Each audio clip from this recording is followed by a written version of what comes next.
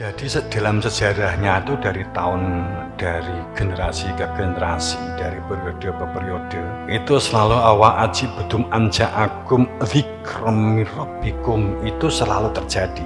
Selalu heran gitu ya, heran. Karena pada dasarnya manusia tuh menerima risalah ajaran Rasul, itu menerima cuman Rasul di masa lalu. Pada saat Nabi Ibrahim menyampaikan kepada umatnya, itu tidak sulit menerima keberadaan Nabi Ibrahim sebagai utusan Allah, tapi menerima Nabi Nuh sebagai utusan Allah. Kemudian pada saat Nabi Daud muncul memberi penjelasan tentang bagaimana tauhid, tidak bisa menerima Nabi Daud sampai terjadi perang yang luar biasa di Nabi Daud. Itu sering terjadi perang seperti halnya zaman Nabi Muhammad. Kemudian menerima di zaman Nabi Musa. Demikian pula saat Nabi Isa menyampaikan tentang kamu harus dilahirkan kedua supaya dapat masuk kerajaan Tuhan. Karena kalau kamu nggak dilahirkan kedua, kamu lahir secara daging. Siapa yang hidupnya hanya lahir daging, maka perolehannya juga hanya daging. Kamu harus lahir secara air dan ruh, kan? Air sebagai simbol ilmu, adanya ilmu yang menjadikan orang mengenal Tuhan. Ruh itu kesadaran yang memfungsikan hati nurani. Pada saat Nabi Muhammad terulang kembali, tidak mau menerima keberadaan Nabi Muhammad.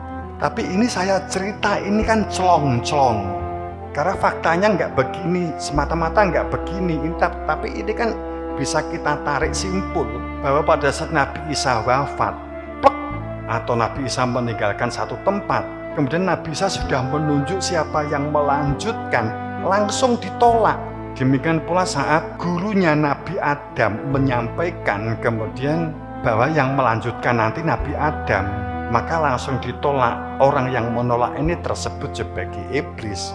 Saat Nabi Muhammad wafat, menolak keberadaan yang ditunjuk untuk melanjutkan tentang ajaran tauhid, karena sama-sama merasa memperoleh tentang tauhid.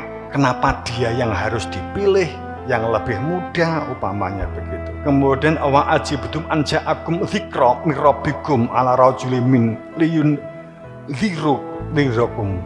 Kenapa kamu mesti judek? Kenapa kamu mesti bingung? Kenapa kamu heran?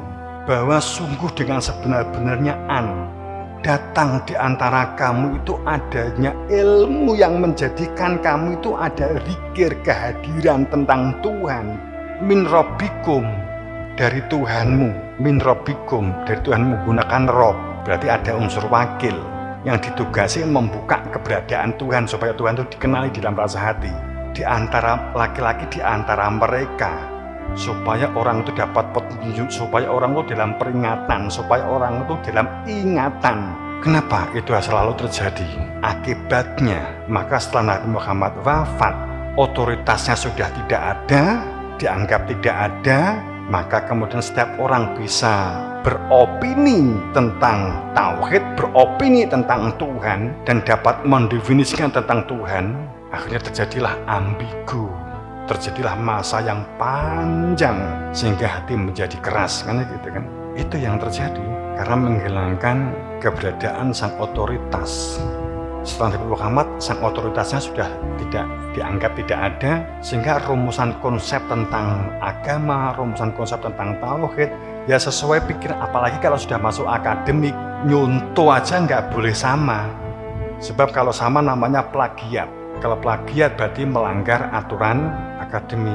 Jadi semakin bias, semakin menggunakan akal pintermu sendiri, maka itu semakin baik. Semakin menggok, semakin baik. Semakin gak cocok, semakin baik. Nabi Muhammad punya pikiran begini, kowe nafsiri punya pikiran sendiri, itu semakin beda, semakin baik. Kan gitu, nggak boleh plagiat. Karena aneh-aneh aja.